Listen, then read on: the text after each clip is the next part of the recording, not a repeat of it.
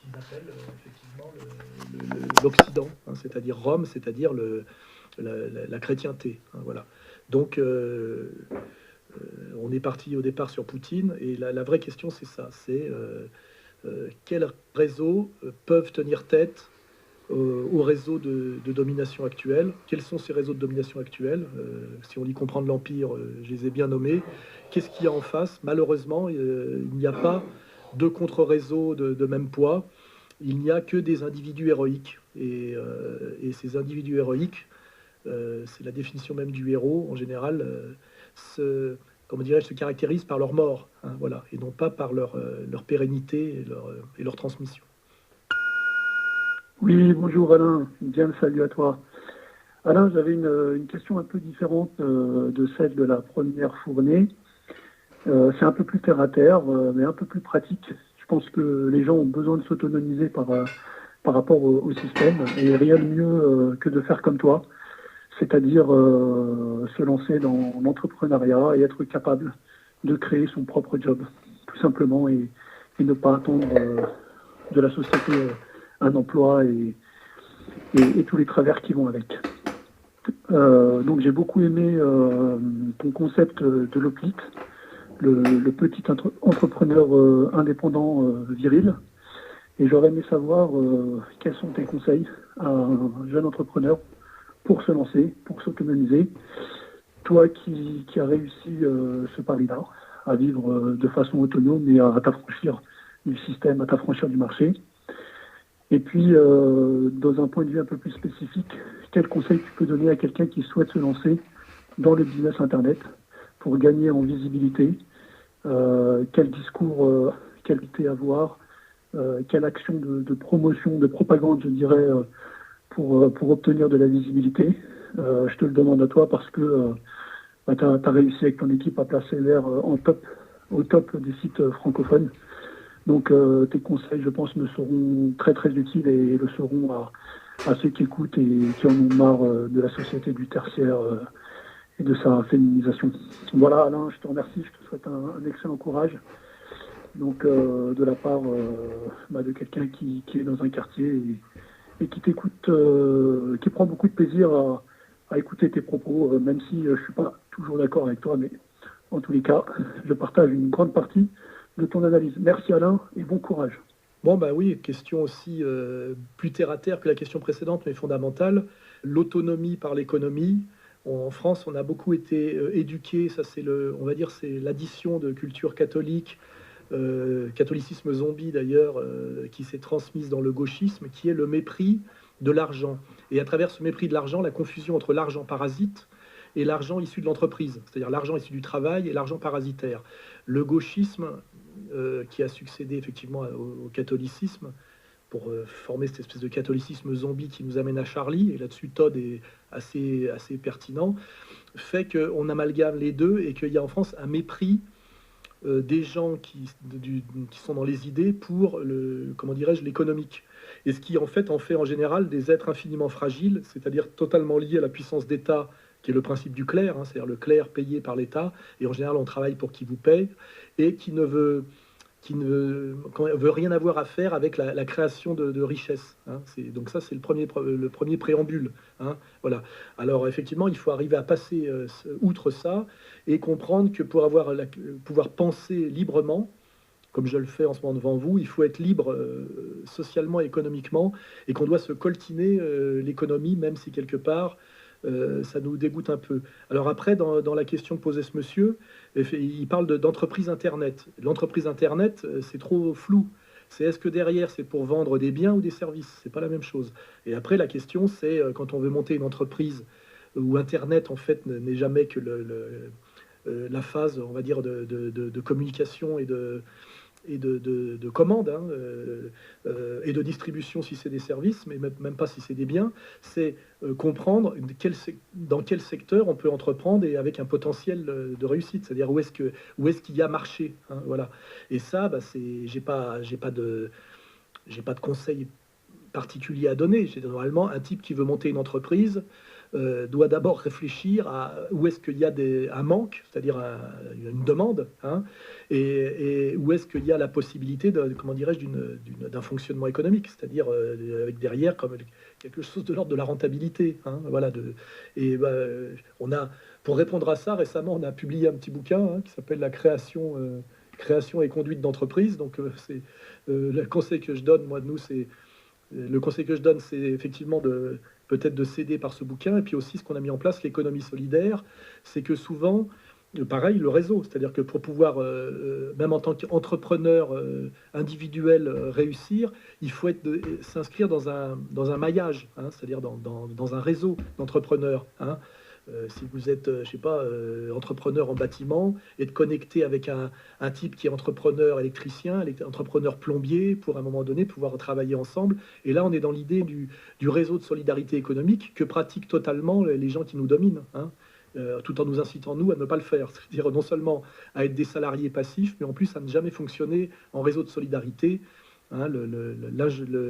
L'individualisme est une idéologie comment dirais-je, pour nous amener à comment dirais-je, à la situation d'esclave, hein. Il faut bien comprendre que tout le système enfin, je veux dire, si on regarde tout le cinéma hollywoodien, en gros, et fait l'apologie de l'individu seul contre tous, de l'individualisme forcené, et à mon avis, c'est dans un but de soumission. Toujours pareil par rapport à ne jamais créer de contre-réseau par rapport au réseau de domination, qui lui fait l'apologie de l'individualisme, mais l'ajout collectif sournoisement et intégralement.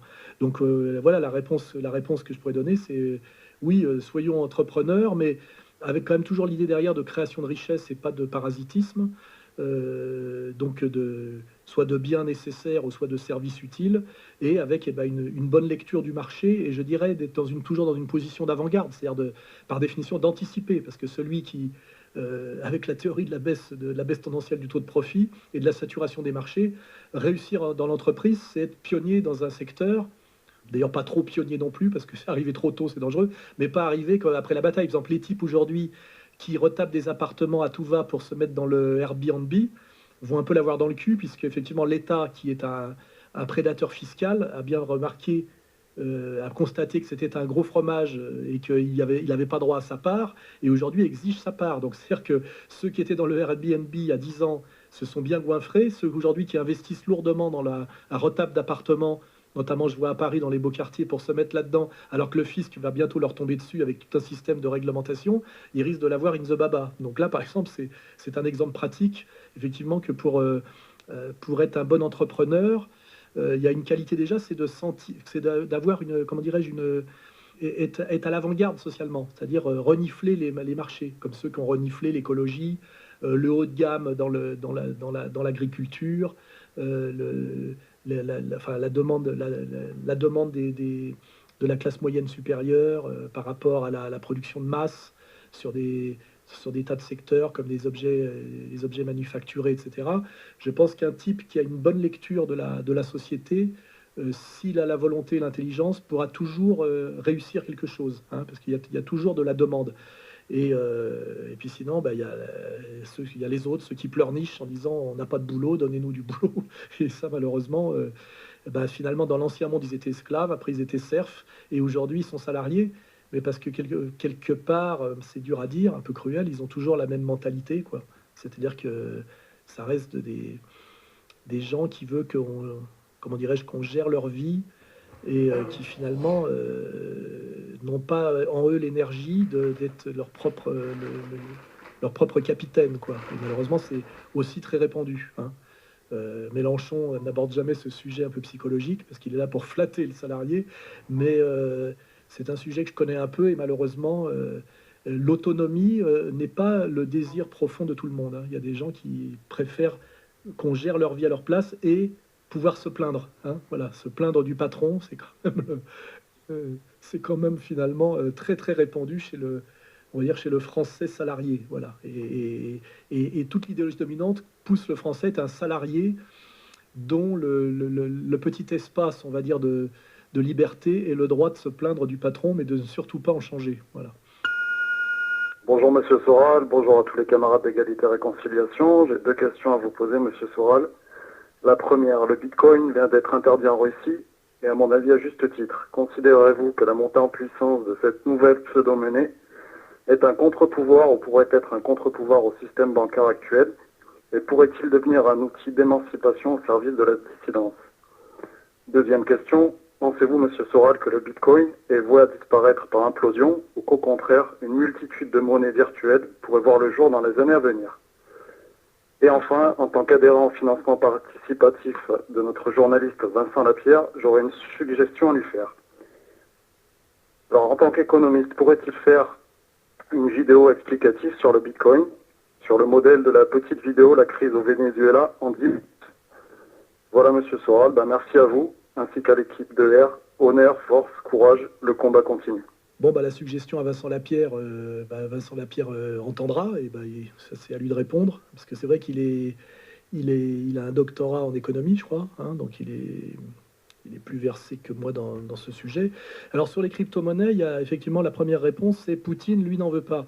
Alors il faut bien comprendre que là aussi c'est dialectique, c'est-à-dire que dans le monde de l'oligarchie mondialiste unipolaire, la crypto-monnaie peut être un outil de résistance au pouvoir bancaire, hein, puisque c'est quelque chose on va dire, d'atomisé, je crois, qui a deux dimensions, c'est virtualité totale, mais aussi atomisation totale. C'est-à-dire qu'il n'y a pas de pouvoir central qui règne dessus, hein, donc c'est une espèce de garantie de liberté.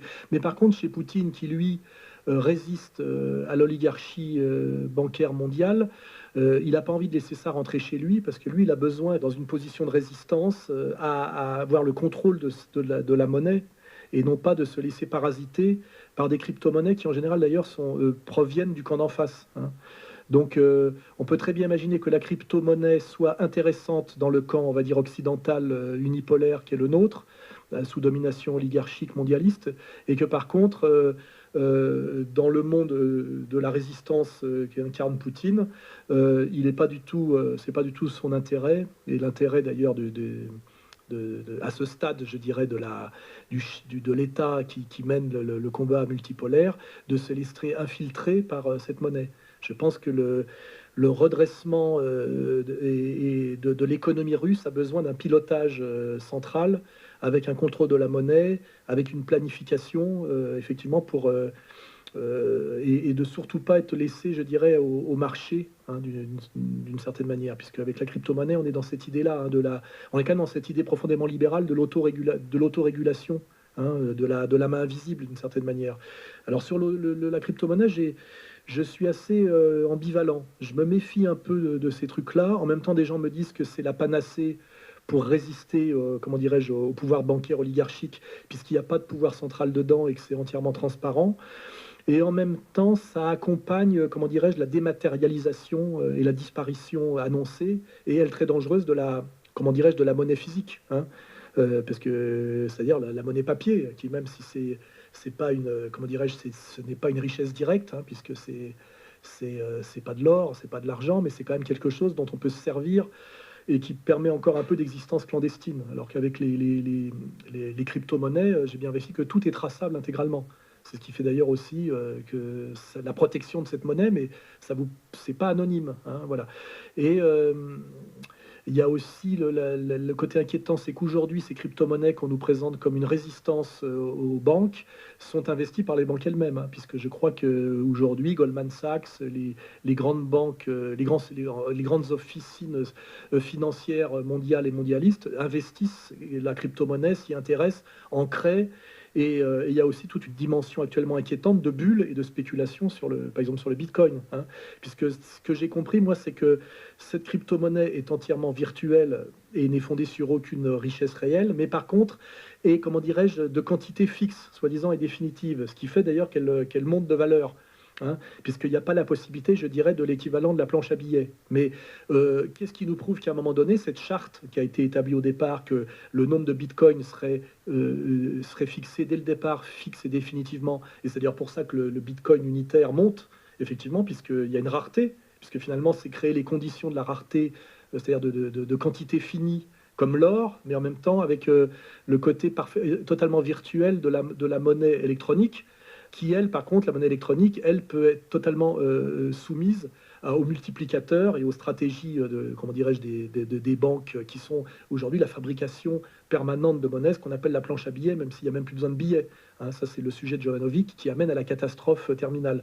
Donc, c'est effectivement un sujet complexe puisque c'est à la fois quelque chose de totalement virtuel, mais en même temps soumis à la rareté, comment dirais-je, de la monnaie métal pour en faire quelque chose, comment dirais-je, à la fois de solide et en même temps de totalement, comment dirais-je, décentralisé. C'est assez complexe. Hein. Moi, par rapport à ça, je me dis que finalement, il n'y a pas plus il y aura à la limite de possibilités, c'est-à-dire monnaie physique, or, argent, diamant et crypto-monnaie, plus il y aura de choix, peut-être mieux ce sera, puisqu'effectivement, on peut toujours se sauver en passant de l'une à l'autre. On peut éviter d'être bloqué, comme par exemple nous, on est bloqué en ce moment en se faisant fermer nos comptes en banque. Donc, à la limite, je me dis que la multiplication des crypto-monnaies, si elle ne vient pas totalement remplacer la monnaie papier et si elle permet ces crypto-monnaies d'être des alternatives au contrôle des peuples par une espèce de banque centrale mondiale entièrement sous contrôle oligarchique et en même temps qui produit, comment dirais-je, de la multiplication fallacieuse de fausses monnaies, eh ben c'est quelque chose dont il faut savoir et pouvoir se servir. Hein. Je pense que c'est quelque part c'est un peu comme Internet, hein, c'est une arme dont il faut pouvoir se servir et qui, à mon avis, a des qualités, je dirais, réversibles, hein, des qualités antagonistes. Voilà. Donc, voilà, je pense que j'ai pas de réponse oui, non. On va dire, c'est une arme à double tranchant. C'est quand même mieux qu'il y ait ça comme alternative plutôt qu'on soit, par exemple, que ce soit interdit et qu'on soit totalement soumis, par exemple, in fine, à la réserve fédérale américaine, par exemple, hein, qui, je le rappelle, est un consortium de banques privées qui décide de la production de monnaie et de crédit sur le plan, je dirais, sur le plan mondial, hein, voilà, et qui est effectivement la plus grosse escroquerie qui ait jamais existé et qui est le cœur atomique du pouvoir dans notre société capitaliste, bourgeoise et financière dans sa phase ultime. Voilà. Oui, bonjour Monsieur Soral, je suis Philippe. Voilà ma question. Je suis un grand admirateur de vous et de ce que vous faites pour la dissidence et pour la France. Donc voilà ma question. Ne pensez-vous pas que vouloir taxer toujours plus le citoyen, ne faudrait-il pas plutôt réformer en profondeur l'État et ses 6 millions de fonctionnaires, plus régimes spéciaux et collectivités territoriales qui ne sont aujourd'hui, et depuis 40 ans, plus justifiés? Supprimer 1,5 million de fonctionnaires en les recasant dans le privé, grâce à des baisses de charges significatives des entreprises, permettrait à ces PME de réellement se développer, créer de la croissance et de l'emploi. C'est mon programme, et je pense que c'est le même programme pour toute personne sensée et honnête. La moitié de la France travaille pour l'autre moitié. Prouvez-moi le contraire. Merci, M. Soral. Bonne journée. Alors là aussi, c'est une question complexe et c'est qu'est-ce qu'on appelle fonctionnaire? Parce que là, on touche la question de l'État parasite et d'une manière générale des parasites. Hein. Il y a les productifs et il y a les parasites. Et chez les fonctionnaires, il y a des fonctionnaires parfaitement utiles dans un processus global. Hein. Je sais pas, les fonctionnaires du service public, par exemple des trains et de la poste, c'est du transport et de la poste, et ben, ils sont absolument nécessaires. Et puis il y a les fonctionnaires parasites. D'ailleurs, les fonctionnaires parasites sont beaucoup mieux payés que les fonctionnaires utiles. Donc, je ne pense pas qu'il faille avoir, comment dirais-je, une vision purement théorique. Hein. C'est comme les gens qui se demandent s'il faut être pour une politique libérale ou une politique sociale. Il y a des secteurs où il faut être très libéral et des secteurs où il faut être très social. Hein. C'est une topologie, c'est pas un espace euclidien et isomorphe, l'économie. Hein. C'est ça le grand piège. Et si on veut parler en fait du problème du parasitisme, qui est un vrai problème français, effectivement, il y a une énorme classe parasite en France, et qui ne sont pas d'ailleurs les patrons, surtout pas les petits patrons, mais la caste de parasites la plus importante, n'oublions pas que ce sont les politiques. Hein. Les politiques, qu'on prenne l'exemple par exemple de Valls ou de Mélenchon, ce sont des gens qui coûtent très cher, qui ne servent à rien et qui n'ont, par exemple, jamais travaillé. Il ne faut pas oublier. Ils ont vécu dans le parasitisme depuis toujours. Hein. Je prends Valls et Mélenchon parce que Valls, pour bien montrer à quel point c'est non seulement un nuisible et un ennemi de la France, mais en plus qui coûte du pognon depuis toujours, et aussi Mélenchon parce qu'il se réclame, il se présente comme le représentant de la classe ouvrière, alors qu'en fait, il n'a jamais appartenu au monde de la production. Il ne sait pas ce que c'est. Il a été un pur politique et un pur parasite politique toute sa vie, et ça c'est très intéressant.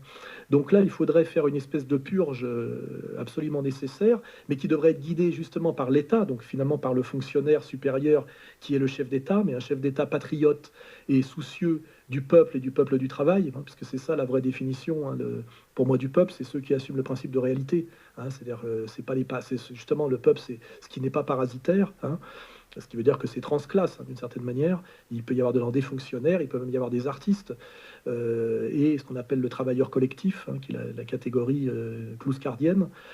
Et ce corps de fonctionnaires supérieurs qui seraient ceux qui dirigent l'État, avec une vision saine, devrait effectivement réorganiser tout ça. Mais ça ne voudrait pas dire nécessairement réduire le nombre de fonctionnaires, ça voudrait dire les redistribuer de manière à virer les fonctionnaires parasites et par exemple à remettre des fonctionnaires là où il faudrait qu'il y en ait plus. Moi je suis pour la renationalisation des services publics, de tous les services publics, et je suis globalement pour nationaliser tout ce qui est gros et privatiser tout ce qui est petit. Et dès lors qu'on nationalise, il y a du fonctionnaire, il ne faut pas oublier. Donc c'est pas la question, c'est pas la phobie du fonctionnaire telle que c'était dans le discours de Le Pen des années 80-90, avec ce côté reaganien. On sait très bien que la destruction des fonctionnaires, c'est la destruction de l'État, puisqu'un État fort, ça passe par accord de fonctionnaires, et que la privatisation intégrale produit des catastrophes totales, notamment, on voit bien ce qui s'est passé dans les chemins de fer dans les années 80-90 en Angleterre, hein, des accidents à répétition, et même le gros problème que rencontre la SNCF actuellement est lié à sa privatisation en douce dans les années 80-90 avec le réseau ferré de France et la séparation des voies et des machines, hein, pour ceux qui connaissent le sujet. Donc, toujours pareil, ne pas avoir une réflexion trop, je dirais, abstraite et théorique sur les questions économico-sociales. Hein, voilà. Moi, je pense qu'il y a des tas de fonctionnaires très utiles et que la vraie question, c'est fonctionnaires nécessaires et utiles, fonctionnaires parasites. Et dans les fonctionnaires parasites, mettons en premier lieu les politiques, hein, et tous ces corps, tous ces énarques qui finissent grands commis de l'État, mais de l'État parasite, traîtres à la nation française. On pourrait rappeler, par exemple, les personnages qui ont vendu et aidé à vendre, par exemple, Alstom à General Electric. Vous voyez, il y a là-dedans du haut fonctionnaire, hein.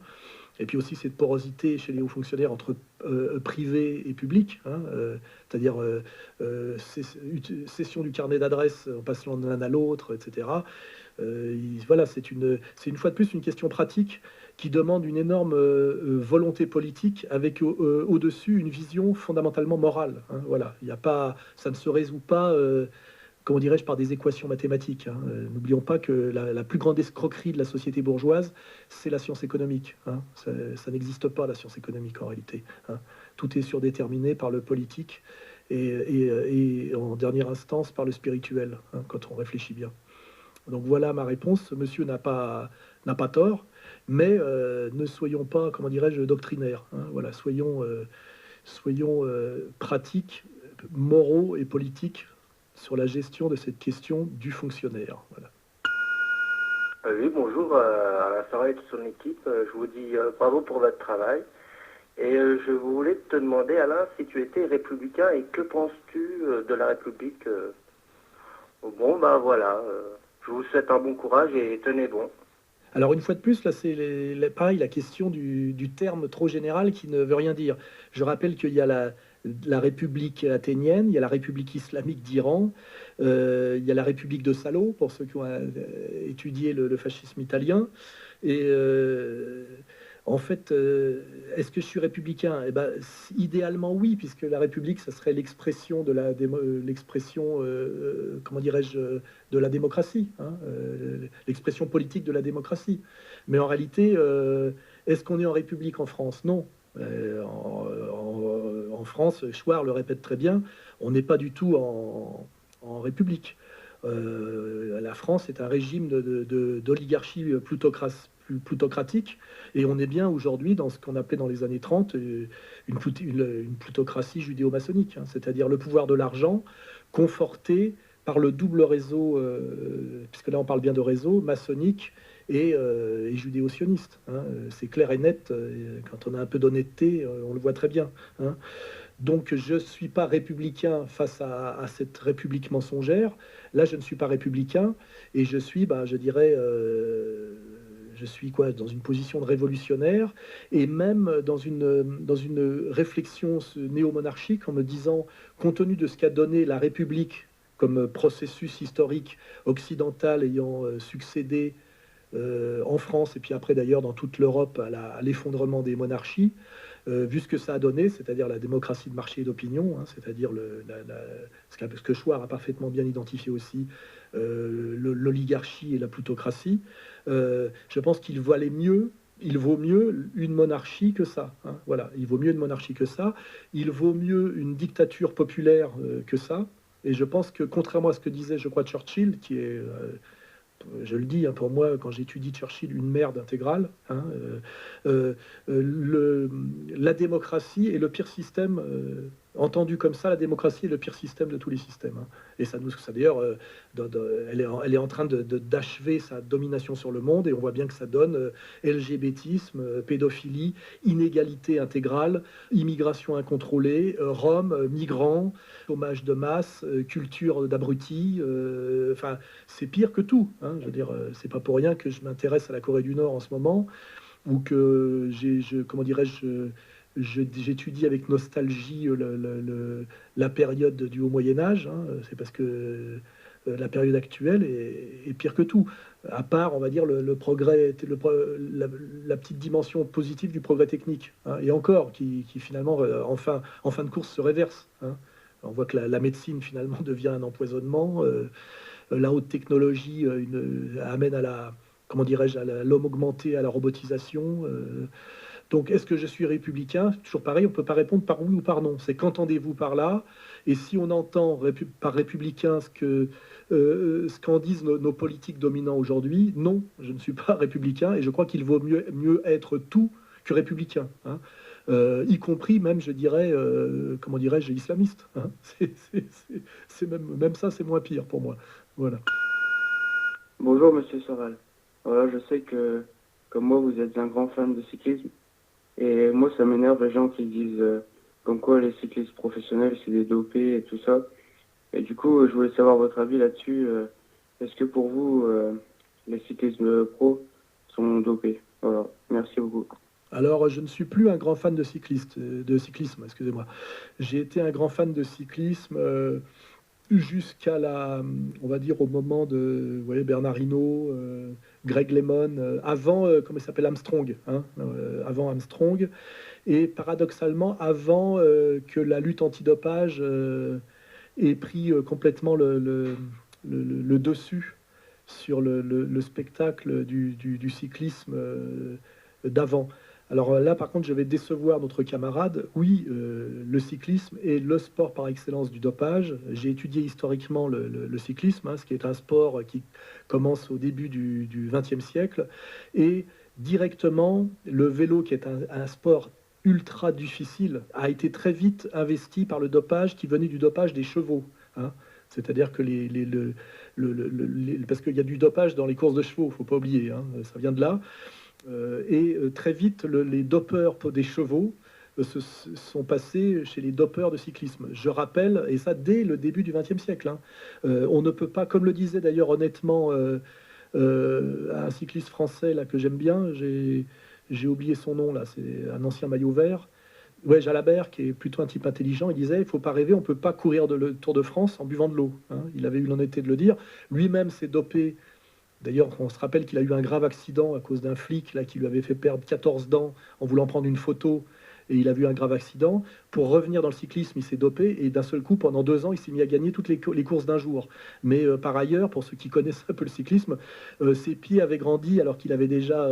il approchait la trentaine. Il avait pris 3 ou 4 pointures au niveau des pieds. Parce qu'on sait que certains dopages produisent une croissance des os plats. C'est pour ça d'ailleurs que vous voyez la mâchoire assez étonnante de certains sprinteurs américains soi-disant pas dopés, ou avec les dents qui s'écartent, vous voyez, ou les gueules de certaines tenniswoman féminines. Hein. Tout ça est la preuve d'un dopage intensif dès la puberté. Hein, voilà. Donc, les cyclistes sont très dopés, l'ont toujours été. Je rappelle que, par exemple, que pour courir les 6 jours, à l'époque où il y avait des 6 jours, ça ne pouvait pas se pratiquer que sans le pot belge. Et le pot belge, déjà dans les années 30, c'était un cocktail de cocaïne, d'amphétamine et de morphine, puisqu'à l'époque l'héroïne n'existait pas encore. Donc le dopage est consubstantiel au cyclisme. Mais en revanche, à cause de la mort, notamment à cause de l'OPO et de ces choses, qui fait que les cyclistes étaient obligés de se réveiller la nuit pour ne pas mourir d'embolie tellement ils avaient de globules rouges et que leur sang était devenu épais. C'est-à-dire que c'était devenu tellement dangereux, et il y avait tellement de danger de mort, qu'à un moment donné, les instances se sont alertées et se sont mis à, comment dirais-je, à pratiquer une très grande surveillance du dopage des cyclistes à cause justement des morts qui se multipliaient et on avait atteint, comment dirais-je, la zone rouge. Mais depuis que la lutte antidopage est très très bien installée dans le cyclisme professionnel, on remarque que le spectacle du Tour de France s'est totalement effondré. Si vous regardez l'époque où il y avait des échappées de montagne, on se rappelle de Virenque qui était capable en solitaire et devant tous les autres de faire 160 km la bave aux lèvres parce qu'ils étaient chargés comme des chaudières. Aujourd'hui, c'est plus possible. On n'a plus ce genre d'épopée et comment dirais-je, de sorties en solitaire. On n'a pratiquement que des courses de peloton avec des petits groupes et des arrivées au sprint, pratiquement pour la plupart des étapes. Et les bagarres terminales en montagne se font sur les quelques derniers kilomètres. Donc la victoire de la lutte antidopage dans le cyclisme a été, comment dirais-je, un affadissement total du spectacle des courses à étapes et notamment du Tour de France, qui aujourd'hui se contemple plutôt comme une grande visite de la France des terroirs et des monuments. Hein. Le cyclisme est passé complètement à l'arrière-plan, parce qu'il y a beaucoup moins de performances à cause de la baisse du dopage et parce que le cyclisme est redevenu humain. Et puis deuxièmement, parce que aussi il n'y a plus d'équipe nationale et qu'on n'est que dans des équipes de mercenaires qui courent pour des marques, hein, et que c'est pas très excitant de regarder un type qui court pour une marque de montre, de troisième, je sais pas quoi, de montre ou de chaussettes, avec des mercenaires, souvent d'ailleurs aujourd'hui, avec, on va dire, l'effondrement du cyclisme français, qui est lié à l'effondrement de la classe paysanne et du courage paysan, qui fait qu'aujourd'hui les champions viennent plutôt des pays de l'Est, parce que ça produit encore des types qui ont un courage et une endurance physique des sociétés à l'ancienne, hein. Avec l'exception des Anglais qui, depuis qu'ils ont organisé les Jeux Olympiques, ont eu un programme de dopage intensif de tous leurs cyclistes, qui fait que ça a produit pas mal de champions, et sur piste et sur route. Mais là, il faudrait peut-être se pencher un peu sur le dopage d'État anglais et non pas russe, hein, parce que là, on ne peut pas incriminer les Russes. Mais oui, le dopage est consubstantiel au cyclisme. Oui, sans le dopage, le cyclisme ne peut pas maintenir le niveau de performance qui était le sien, on va dire, à la crête, hein, au maximum, c'est le début des années 90. Depuis que l'antidopage est très, très implanté dans le cyclisme, et plus d'ailleurs que partout ailleurs, hein, les performances baissent, hein, on ne peut pas le nier. Et j'ai connu des types qui étaient dans le cyclisme amateur et qui me disaient que déjà dans le niveau des petites courses, ça se shootait à tout va et qu'on ne pouvait pas gagner même une course régionale sans se faire des picouses. Hein, voilà. Et tous les types qui ont fait du cyclisme à un certain niveau le confirmeront. Hein. Voilà. Et c'est d'ailleurs pour ça que moi j'ai connu des jeunes qui étaient dans le cyclisme, dans le sport-études et tout ça. Ils ne sont pas passés pro, etc. parce que ça exigeait trop de dopage. Hein, voilà.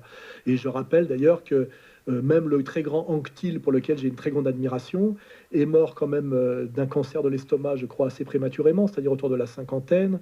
À part Poulidor, qui était réputé pour ne pas se doper, qui est toujours vivant et en pleine forme, et d'ailleurs aussi Eddy Merckx, qui a l'air de bien se porter. Beaucoup de cyclistes de haut niveau sont morts autour de la cinquantaine, souvent de cancer.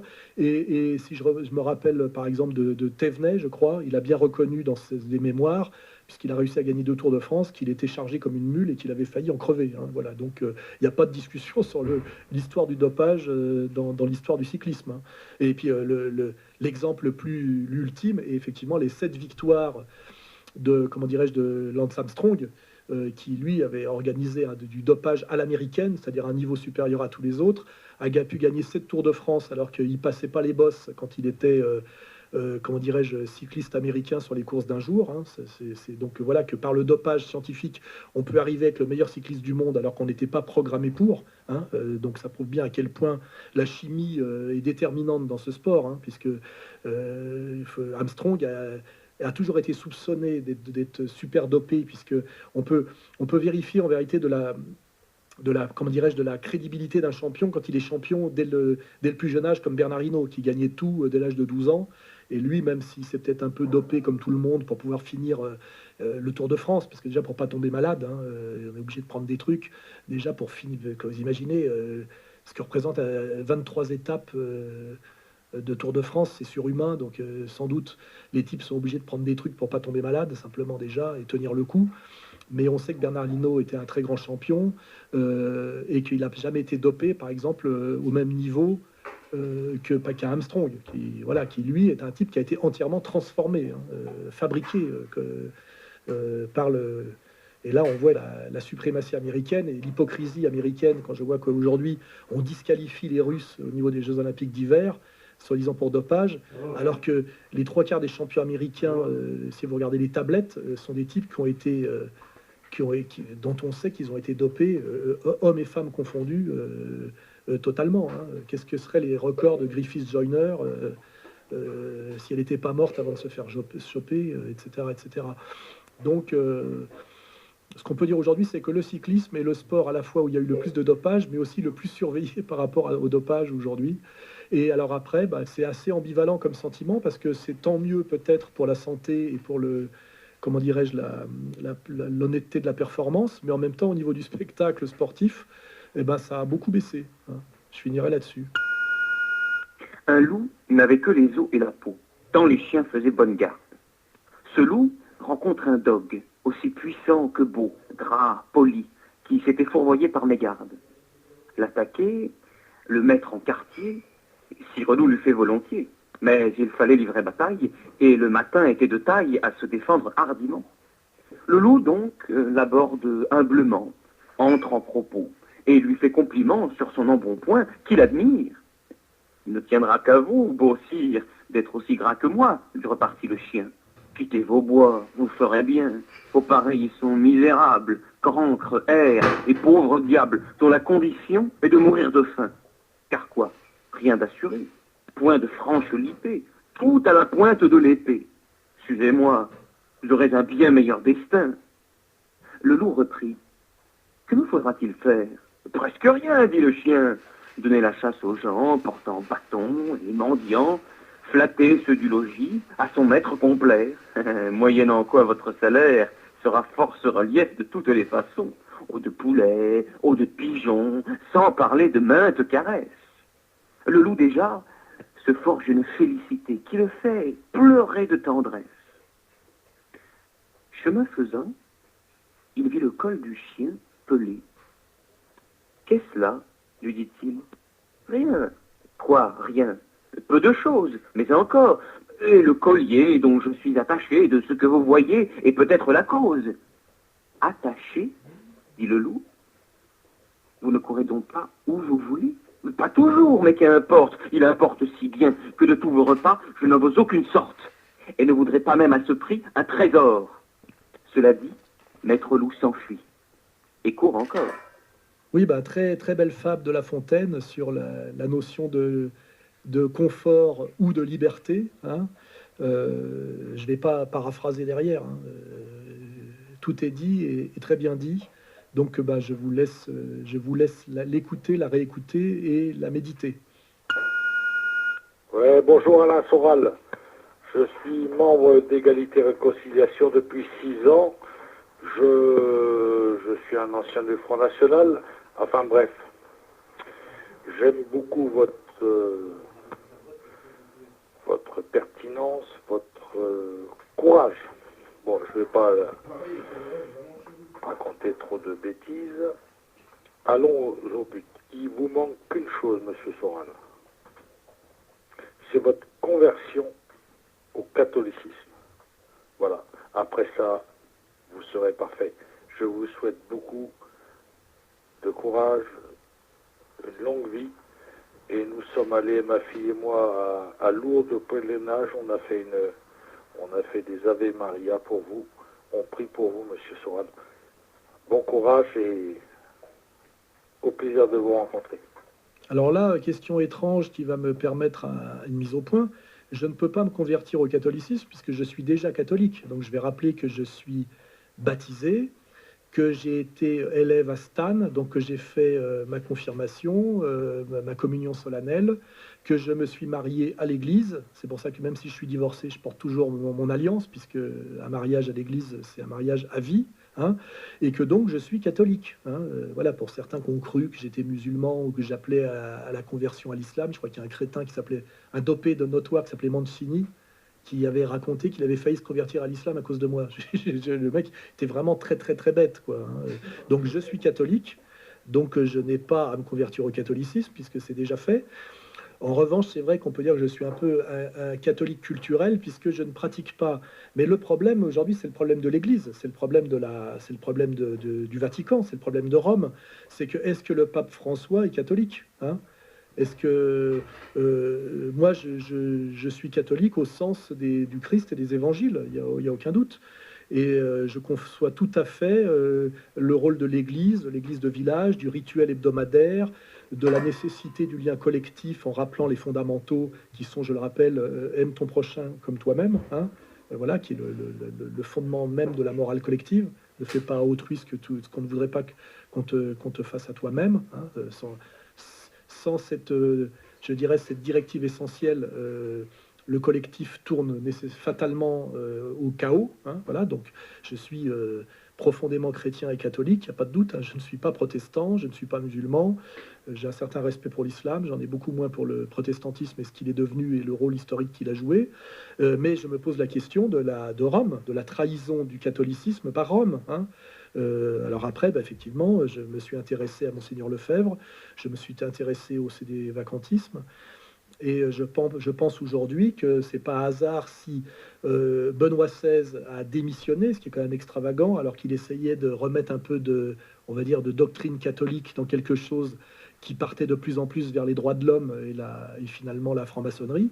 Et je pense que le pape François est un antipape. Hein, c'est un agent du mondialisme.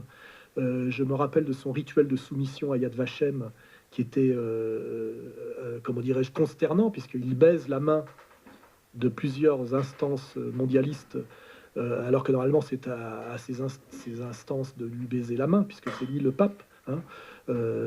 Donc voilà, c'est comment être catholique aujourd'hui dans l'Église, voilà, qui est une Église traître, intégralement traître au Christ et aux évangiles. Hein, voilà, donc là, ça sera aux catholiques de me répondre comment ils s'en sortent par rapport à tout ça. Hein. Voilà, je ne sais pas à quoi dire de plus. Je me sens, je dirais, dans mes actions, puisque c'est par les actes qu'on prouve quelque chose, bien plus catholique que comment dirais-je, c'est violent ce que je vais dire, mais je me sens bien plus catholique par mes actions que l'Église elle-même, quoi. Et ça, c'est le problème. Hein, c'est le problème. Oui, bonjour, je m'appelle Fatima. Je vais vous dresser un portrait assez rapide pour que vous sachiez qui s'adresse à vous. Je n'ai pas encore la trentaine. Je vous suis depuis assez longtemps, aux environs de 2004, à l'époque de l'affaire du foulard. Je vous suivais sur Internet. C'était pas avant ER, hein, c'était des vidéos... pas des vidéos du mois, des vidéos sporadiques, vous les voyez de temps en temps. C'était très intéressant, il fallait toujours aller sur Internet, essayer de trouver si vous en aviez publié une autre. Donc voilà, j'avais ma carte du parti inditionniste et j'étais militante, non pas ER, mais dans les milieux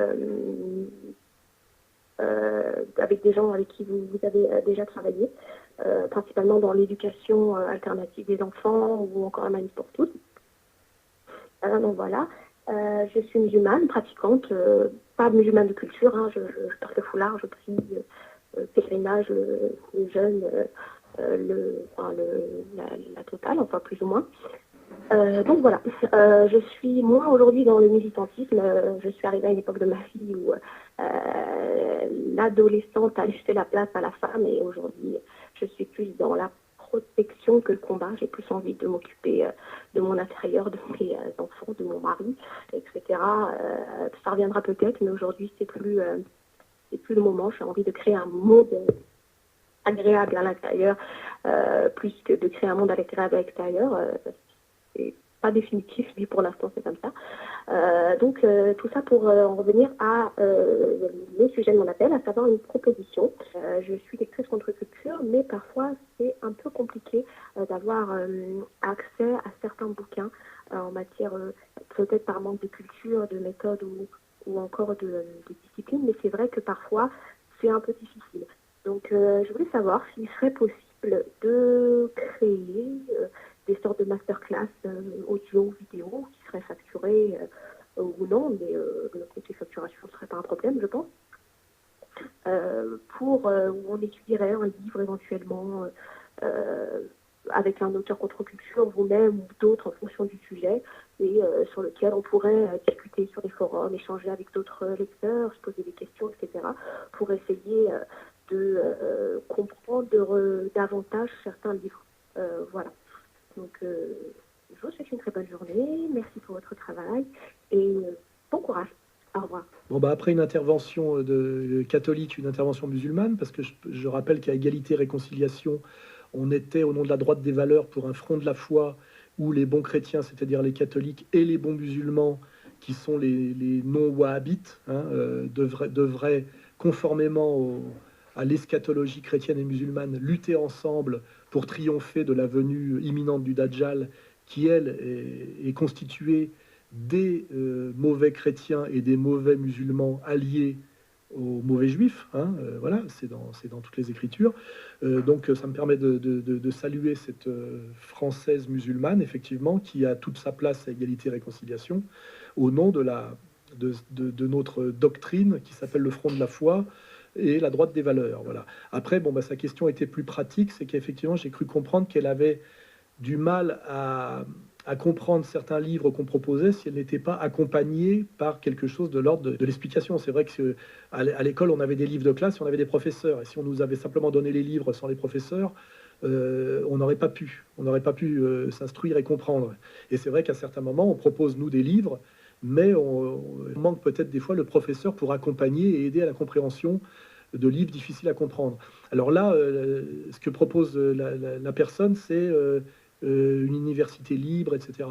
C'est toujours pareil, il faudrait des bonnes volontés pour le faire, c'est toujours une question de gens et d'énergie.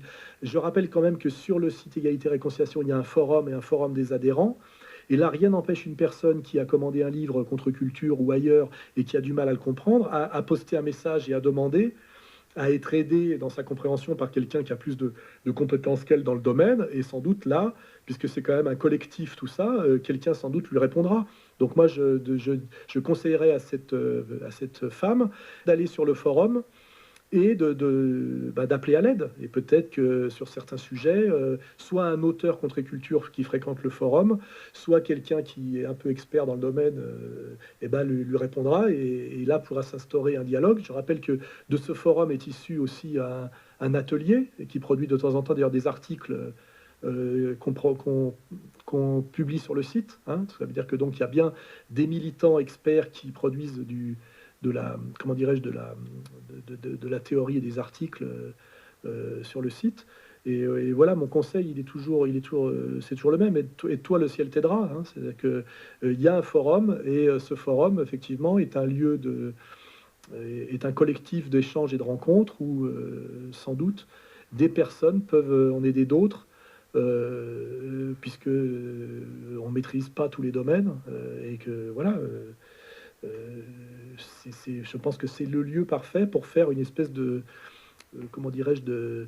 d'université sauvage et immédiate, sans qu'on ait besoin de lancer un projet qui demande encore des gens, des énergies et des lieux qu'on n'a pas. Voilà. Bonjour Monsieur Soral, je voulais savoir si la nationalisation du secteur agricole permettrait de sauver nos paysans. Voilà, merci. Là, c'est une question très intéressante. Il ne faut pas oublier que les paysans sont la classe sociale la plus nécessaire puisqu'ils produisent comment dirais-je, la nourriture. Hein. C'est-à-dire que sans la paysannerie, on meurt tous de faim, hein, puisque on n'est plus dans un monde où chacun est un petit producteur, agriculteur, comme je sais pas, dans les tribus primitives, etc. Donc, la paysannerie est quelque chose de fondamental. Hein. C'est la première strate sur laquelle sont appuyées toutes les autres. Hein, parce que le banquier ne peut pas se passer du paysan, le paysan peut se passer du banquier. Hein. Ça s'appelle l'autarcie alimentaire. Voilà. Deuxième remarque, la paysannerie a été détruite récemment par quelque chose d'assez ambigu, qui est l'Union européenne, et avant l'Union européenne, la politique du remembrement, c'est-à-dire de faire passer la paysannerie, qui était une catégorie un peu autonome et aristocratique, qui produisait sa propre reproduction et, comment dirais-je, la nourriture pour les villes, hein, ça c'est jusque dans les années 50-60, et à partir du remembrement et de l'entrée en service d'ailleurs du Crédit Agricole, on est passé à une agriculture de productivité. Et l'ambiguïté, c'est que plus le paysan français a été productif, plus sa production a baissé en termes de valeur, puisqu'effectivement, il y a eu le problème de la surproduction agricole. C'est-à-dire que plus il a été soumis à la productivité, plus il s'est appauvri, et plus il a été soumis à la mécanisation qui a accompagné le remembrement, plus il a été soumis au crédit, et donc il a perdu la propriété de ses moyens de production par l'hypothèque, et il est devenu finalement l'esclave du crédit agricole. Donc la paysannerie, depuis les années 60, est rentrée dans un processus de dépossession d'une perversité incroyable. Hein. On est passé productivisme, augmentation des rendements et baisse du revenu, dépossession par l'hypothèque et soumission totale à la banque, puis après, phase ultime, soutien de cette précarité totalement fabriquée par les subventions européennes. C'est-à-dire que le paysan est devenu un surproducteur pauvre, vivant à la merci de la coupure des aides européennes, qui était une forme de nationalisation au niveau européen. Hein, c'était une européisation. C'est-à-dire qu'on avait fait du paysan l'esclave pauvre et ultra productif comment dirais-je, de l'oligarchie européenne. Alors,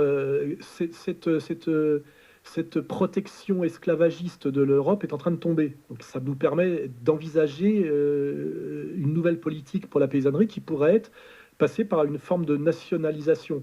Les paysans n'aiment pas trop tout ce qui est koulak, tout ce qui est... rappelons-nous de l'expérience douloureuse du traitement stalinien de la paysannerie russe. Mais en revanche, il est évident que la paysannerie est un secteur public en réalité, et un service public, c'est-à-dire que ça nourrit le reste de la population.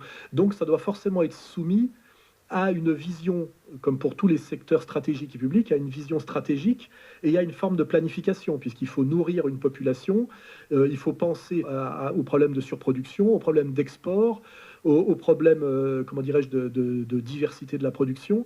Donc ça devrait être à la fois un monde de paysans relativement, je dirais, autonomes, propriétaires de leur terre, qui fonctionneraient d'ailleurs de manière un peu mutualisée, comme il y a comme fonctionne la paysannerie, hein, c'est-à-dire quel est le terme exact Oui, les paysans sont souvent intégrés dans des structures coopératives pour partager des machines, pour stocker dans des silos, etc. Hein, donc, je pense qu'il faudrait, c'est toujours pareil, qu'un État patriote et responsable, et non pas un État parasitaire et traître, reprenne entièrement la question de la paysannerie de fond en comble, pour que on sorte de cette situation où le paysan est un type qui est sommé de surproduire pour être dans la misère et dont le taux de suicide est égal à celui des policiers. Voilà. Donc ça doit effectivement passer par une volonté publique qui forcément passe par la puissance d'État. Hein. Le marché ne peut absolument pas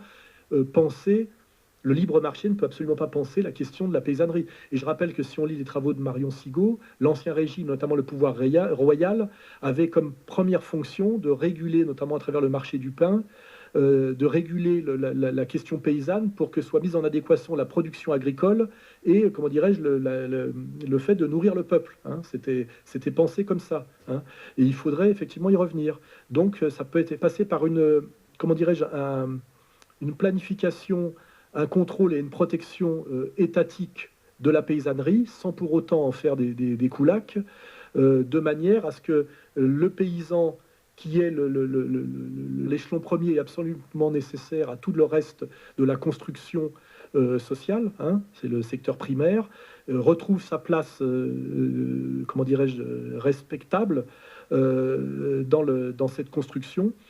Et pour ça, ça ne peut passer que par une vision stratégique, politique et morale, une fois de plus, et qui repense exactement la totalité du problème de la paysannerie, qui aujourd'hui est comment dirais-je, est une addition comment dirais-je, de catastrophes qui conduit le paysan à travailler énormément pour 300 € par mois et à être voué, comment dirais-je, pratiquement au suicide si on lui retire des subventions, alors que la paysannerie française constitue aujourd'hui moins de 2% de la population et qu'elle produit pour plus de toute la nation française, c'est-à-dire qu'elle produit pour plus de 65 millions d'habitants. Donc c'est quand même un paradoxe incroyable et qui montre bien l'absurdité du marché livré à lui-même et la dégueulasserie de l'oligarchie qui trône au-dessus de tout ça, notamment l'oligarchie européenne.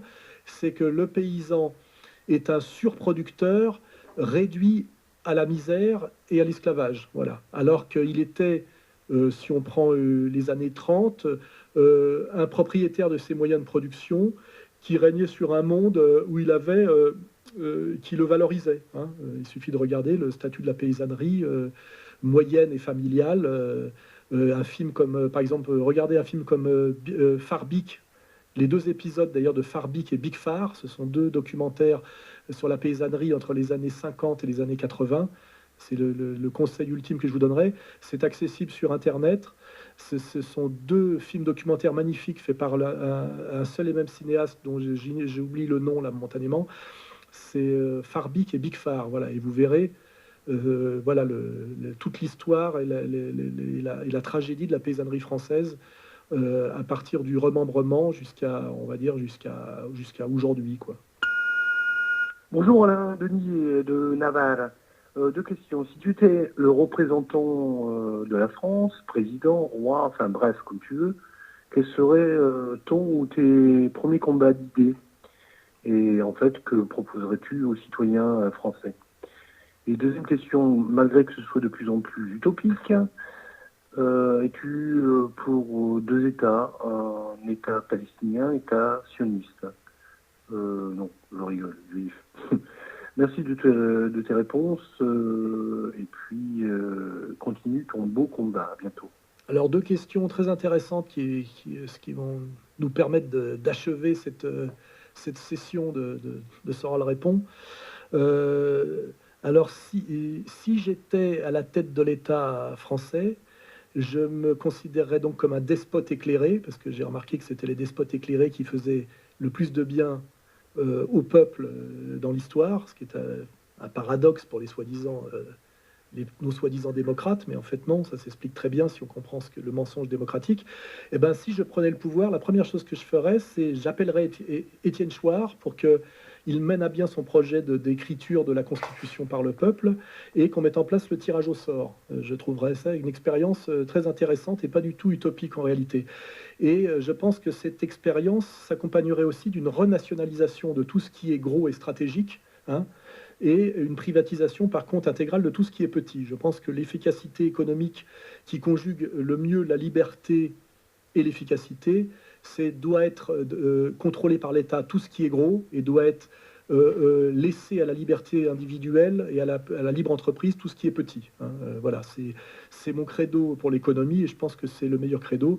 Et sinon, ben voilà, je confierai à Chouard et aux ateliers constituants le travail absolument nécessaire de réécrire entièrement par le peuple et pour le peuple la Constitution, et j'instaurerai, pour éviter la caste des parasites politiques qu'on subit depuis des années et qui amènent à des personnages aussi insignifiants et insupportables que les Valls et les, je sais pas, à droite, là, il y en a un là, qui se pousse du col, la Vauquier, et puis l'autre qui joue au dissident de Vauquier, là, je sais plus comment il s'appelle, celui qui s'est barré, là, enfin des types qui sont des avortons à tous les niveaux, quoi.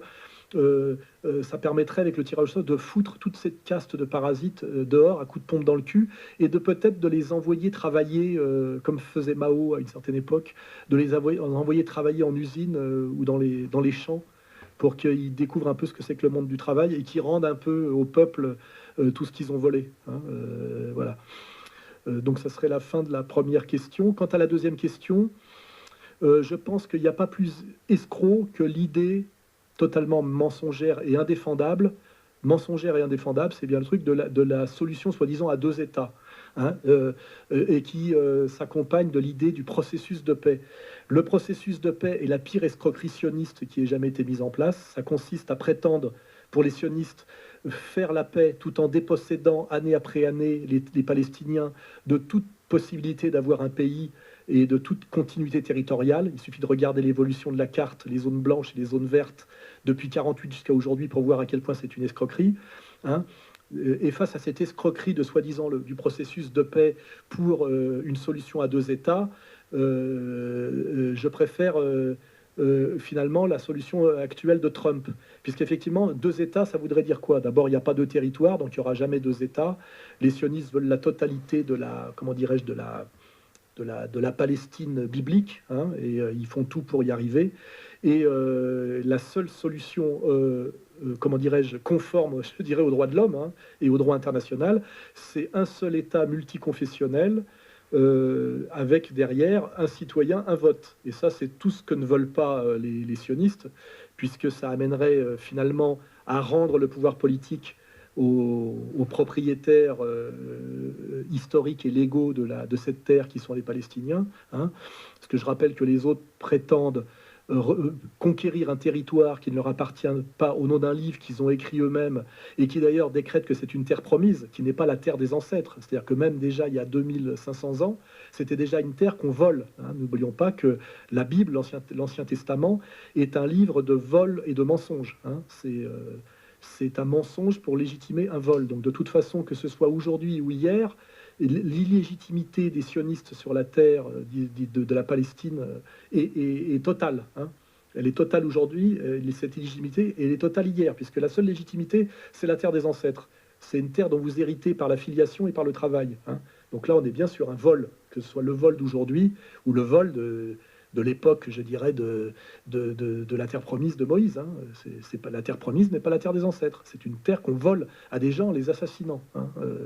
Et on leur vole leur travail. Hein. C'est le travail de génération et de génération. Donc, ce qui est bien, ça me permet de dire que ce qui est bien avec Trump, c'est qu'en décrétant Jérusalem, capitale d'Israël, on sort du mensonge d'un Israël État laïque et qui serait là par hasard, hein, et on est bien dans l'idée de l'accomplissement du projet biblique et donc d'un État théocratico-racial et militaire, hein, c'est-à-dire conforme à l'Israël biblique, et qui est d'ailleurs une première étape, puisque la terre promise, c'est d'abord cet Israël biblique, hein, par la violence et par la réduction en esclavage des indigènes authentiques, hein, c'est déjà dans la Bible et c'est encore aujourd'hui avec les Palestiniens, et dans le but d'être une première étape pour régner sur la terre entière. Hein. Écoutons bien les prêches des rabbins aujourd'hui. La terre promise, c'est la totalité de la terre, et le règne d'Israël, c'est le règne de cette élite raciale qui est le peuple choisi par Dieu pour régner sur la totalité des goïms qui sont leurs esclaves. Puisque je crois même qu'il est chiffré qu'après le retour du Mashiach, où tout sera accompli, chaque aura 2800 esclaves goïm. Hein, c'est chiffré. Hein, voilà. Donc je trouve que c'est très bien finalement aujourd'hui que plutôt que de mentir sur cette mensonge du processus de paix et de l'hypothétique solution à deux États qui n'existera jamais, de laisser finalement les dans leur conforme à leur vision, je dirais, éternelle, accomplir jusqu'au bout leur projet et se révéler au monde pour ce qu'ils sont, c'est-à-dire une secte théologico-raciale fondée fondamentalement sur la haine des autres, hein, c'est-à-dire ce Dieu sociopathe qui génère un peuple de psychopathes. Hein, c'est la thèse de Guillénaud qui est totalement valable. Et je dis aujourd'hui, la seule solution pour sortir de cette catastrophe, c'est de laisser finalement